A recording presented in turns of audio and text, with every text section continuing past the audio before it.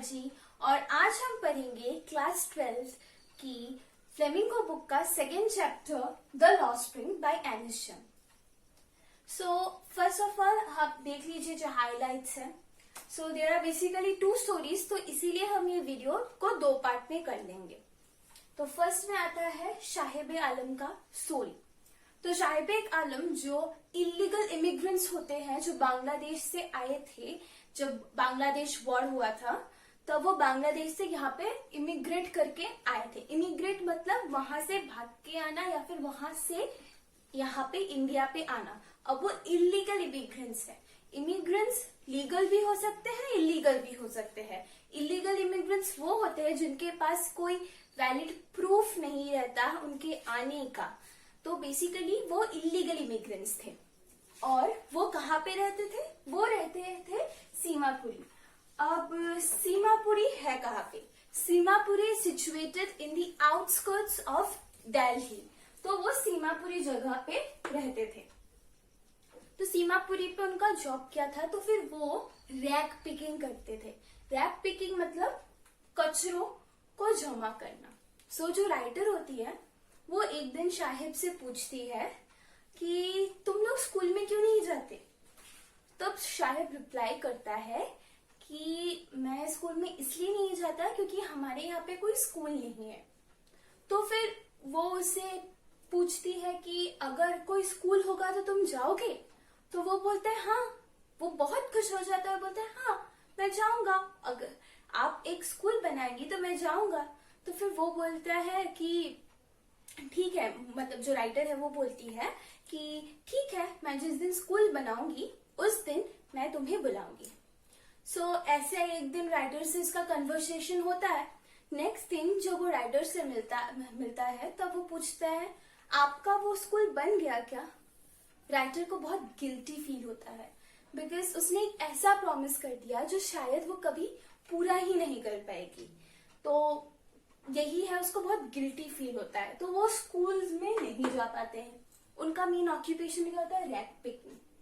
और rag picking हम लोग जैसे सोचते हैं ना कचरा कलेक्ट करना, वो उन लोगों के लिए वैसा नहीं है। मे बी उनके पेरेंट्स के लिए it's a means of livelihood, but ये उनके लिए एक एंजॉयमेंट है। इट्स अ गेम कि अगर उनको उन रैग्स जो गार्बेजेस है वहां में से ₹1 का एक कॉइन भी मिल जाता है तो it's like a silver for them.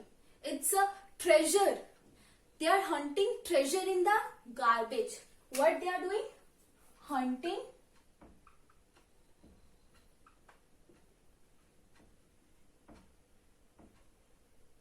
Treasure. They are hunting treasure in the garbage. उनको वहां पे तो एक दिन शायद बोलता है कि मुझे ₹10 का एक नोट मिलता है और वो बहुत खुश है। वी नो आजकल हमारे पास अगर ₹10 का नोट होता है देन कौन कोई वैल्यू ही नहीं देता। ₹10 का नोट हम ऐसे यूज कर लेते हैं, but they know it's value because वो कितना इंपॉर्टेंट है उनके लिए। मे बी उसकी मॉनिटरी वैल्यू नहीं है उनके लिए इम्पोर्टेंट, बट मिलना ही बहुत बड़ी बात है। Even ₹1 coin is important for them. It's a treasure from them. Hunting treasure from the garbage. आप अगर ये वर्ड लिखेंगे कि hunting treasure from the garbage, आपको स्पेशल मार्क्स मिलेंगे। Please do underline that point. तो फिर वो अच्छा लगता है, टीचर्स को अट्रैक्ट करता है। ये जो वर्ड्स होते हैं यही टीचर्स ढूंढते हैं आंसर में। ये अगर 4-5 पॉइंट्स रहते हैं और आपके ग्रामेटिकल मिस्टेक कम होते हैं आंसर में तो आपको फुल मार्क्स मिलने के चांसेस बहुत ज्यादा बढ़ जाते हैं। Then what he does? Rag picking. So one day Sahib और उसके बहुत सारे दोस्त थे। तो फिर जो राइटर है वो उससे पूछती है कि तुम शूज क्यों नहीं पहनते?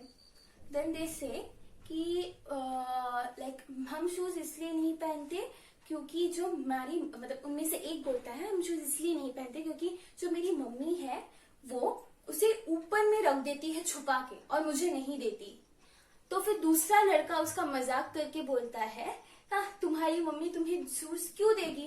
क्योंकि अगर वो तुम्हें शूज देगी तो फिर तुम उसे खो दोगे।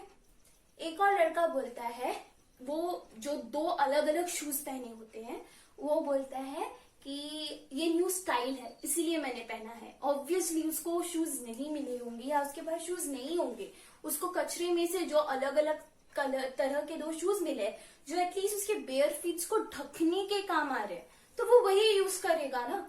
हमको तो हर रोज शूज मिलते हैं, हर तरह के, हमारे सबके घर में 4-5 तरह के शूज रहते हैं, लेकिन उनको एक शू नहीं मिलता है। और हम जो फेंक देते हैं हमारे लिए, लाइक ऊपर से अगर थोड़ा सा फटा रहता है हम वो शू फेंक देते हैं, लेकिन वो वही शू यूज करते हैं। वो फटा हुआ शूज उनके लिए एक ब्लेसिंग है।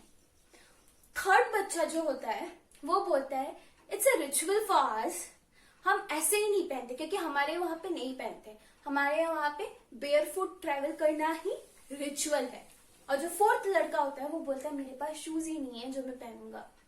उसको, राइटर को पता होता है कि उनके पास एक्चुअली में शूज नहीं होते, इसलिए वो लोग क्या कर रहे होते हैं, वो लोग उनको रीजंस दे रहे होते जो कि सच नहीं है और उनको भी बुरा लगता है, लेकिन वो बोलने से शर्माते हैं, इसीलिए वो उन लोगों को एक के बाद रीजंस दे रहे हैं। फिर हम देखते हैं तो यही सोच के उसको उदीपी का एक स्टोरी याद आ जाता है। जब वो गई थी उदीपी में, उसे एक बच्चा मिला था। वो वहां के जो टेम्पल था, एक टूटा फूटा खंडर सा टेम्पल था, वहां के प्रीस्ट का बेटा था। His father was a priest. तो फिर वहां पे टेम्पल के वहां पे रहता था। वो हर दिन देवी माँ से प्रार्थना करता था कि प्लीज देवी माँ मुझे एक शूज दे देना, मुझे एक शूज दे देना। हम कितना कुछ मांगते हैं कि कार दिला दो, घर दिला दो, बस वो एक ही चीज मांगता है कि मुझे 2 जोड़ी शूज दिला देना। तो देन फाइनली जब उसे शूज मिलते हैं तब वो सिर्फ एक और प्रार्थना करता है, एक और प्रेयर करता है कि let me never lose them. Like he is getting a shoes and he is then praying. हम लोग को एक चीज मिल जाता है तो हम लोग दूसरा चीज मांगने के लिए दौड़ते हैं, बट उन्हें पता है उस चीज का वैल्यू क्या है जो उनको मिला है। दैट्स व्हाई ही प्रेड कि please let me never lose it. तो वो वहां पे जब बहुत साल बाद जाती है तब वहां पे एक और फैमिली दिखती है और वहां का एक बच्चा स्कूल ड्रेस में शूज लेके जाता है। तभी उसे ये बात याद आ जाती है कि हाँ, एक दिन एक बच्चे ने बोला था, तो एटलीस्ट अभी जो बच्चा रहता है, अभी जो प्रेजेंट प्रीस्ट का बेटा है, वो स्कूल में तो जा पा रहा है। देन बहुत दिन वो एक दिन शाहिब से मिलती है। देन फाइनली शी आस्क्स कि तुम्हारा नेम क्या है। तो शाहिब रिप्लाई करता है मेरा नाम है शाहिब आलम। तो वो पूछती है उसे उसका मीनिंग पता है। उसे पता नहीं होता है, but she knows the real meaning of Shahib Alam. Shahib Alam का मीनिंग होता है the lord of the universe. Maybe he is not the lord of the universe, उसके पास इतने पैसे भी नहीं है, इतने पावर भी नहीं है, बट वो क्या है, he is the lord of the universe of garbage. वो जब जहां पे रैग पिकिंग करने जाता है वहां पे वो ट्रेजरी ढूंढता है, वहां पे वो राज करता है। So maybe not of the universe but of garbage world of rags. तो ऐसे होता है। फिर एक दिन शाहिब को वो देखती है कि वो टेनिस शूज में आता है, तो वो उससे पूछता है कि तुम्हें ये टेनिस शूज कैसे मिले। टेनिस शूज इतने भी खराब हालत में नहीं थे, बस ऊपर से थोड़ा सा फटा हुआ था। देन ही रिप्लाइज कि मैं यहाँ पे जो टेनिस कोर्ट है मैं वहां पे देखने जाता हूँ टेनिस, मुझे टेनिस बहुत पसंद है। तो उसने बोला कि तुम कभी खेल पाते हो, तुम्हें टेनिस खेलना आता है। तो वो बोलता है नहीं, मुझे टेनिस खेलना नहीं आता है, बट वहां का जो गार्ड है अगर कोई नहीं खेल रहा होता तो मुझे एंटर करने देता और वो जो नेट्स है उस ग्राउंड में घूमने की इजाजत वो मुझे देता है जब वहां पे कोई होते नहीं है।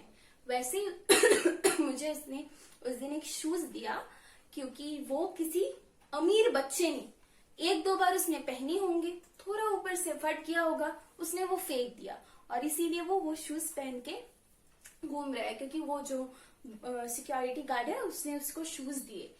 तो ऐसी होती है। फिर ये राइटर को बहुत फील होता है कि हम चीजें फेंक देते हैं, लेकिन जिनको वो मिलता है, जो हमारे जो डिस्कार्डेड चीजें हैं वो यूज करते हैं, वो उसे कैसे यूज करते हैं। ऐसा दिन जाता है। देन फाइनली राइटर शाहिब से मिलती है बहुत दिन बाद। देन वो उसे पूछती हो अरे शाहिब कैसे हो तुम अभी क्या करते हो। देन ही रिप्लाइज कि मैं एक मिल्क बूथ में काम करता हूँ। तो उसे अच्छा लगा कि वाह, हाँ, अभी उसे एक परमानेंट जॉब मिला, एटलीस्ट उसे वहां पे ढूंढना नहीं, कचरे में घूमना नहीं पड़ता है। हाँ, क्यों? तो उसने पूछा कि तुम्हें कितने पैसे मिलते हैं? देन ही रिप्लाइज कि I got 800 rupees and all my meals. तो ये तो अच्छा है, 800 रुपीज मंथली उसको मिल रहे हैं as a wage, permanent wage है उसका, और ऑल मील्स, तो मतलब एक सेविंग्स भी हो गई उसकी। But then he says that I am no more my master. Now I have a steel canister to carry, which is much more heavier than the plastic garbage bag. जो steel canister होता है जिसमें दूध रहता है, वो जिसको जो कैरी करना पड़ता है, वो बहुत भारी होता है। और वो कैनिस्टर जो वो कैरी कर रहा है वो उसका खुद का नहीं है।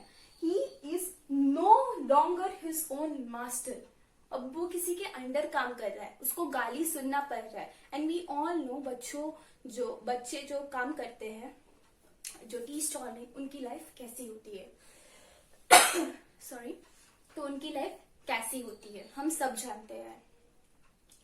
तो ये सब कंडीशंस क्या होता है, गवर्नमेंट ऑलवेज हमें कहती है कि ये दो वो दो। वो लोग इलीगल इमिग्रेंट्स है, उनको खाने के लिए और वोट दे, उनके पास वोटर आईडी कार्ड्स है और रेशन कार्ड है। उन्होंने वोटर आईडी कार्ड किस लिए, उनको कोई फर्क नहीं पड़ता है कि कौन गवर्नमेंट बनता है।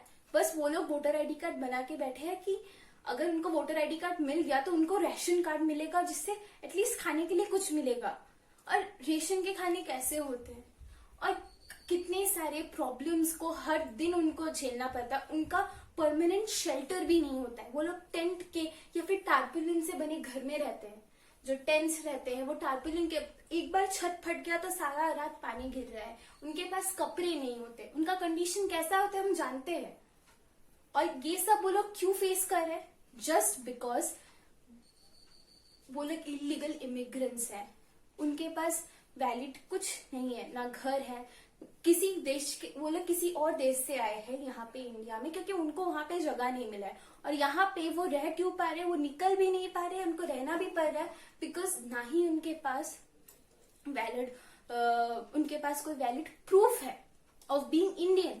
बस वोटर का आईडी कार्ड है, और हम जानते हैं सिर्फ वोटर आईडी कार्ड से इंडियन होने का प्रूफ नहीं मिलता है। वोटर आईडी कार्ड क्यों बनाए जाते हैं? बिकॉज ताकि वो उस लीडर को जिता सके, because the leader is promising them कि हम आपको घर देंगे, पानी देंगे, ये देंगे, वो देंगे, इसीलिए वो उन लीडर को जिताते थे। लेकिन एक बार अगर कोई लीडर जीत जाता है तो 5 years के नाम पे सब उन्हें भूल जाते हैं। ऐसी होती है उनकी लाइफ। तो इस वीडियो में बस इतना ही। Please do like, subscribe and share my channel.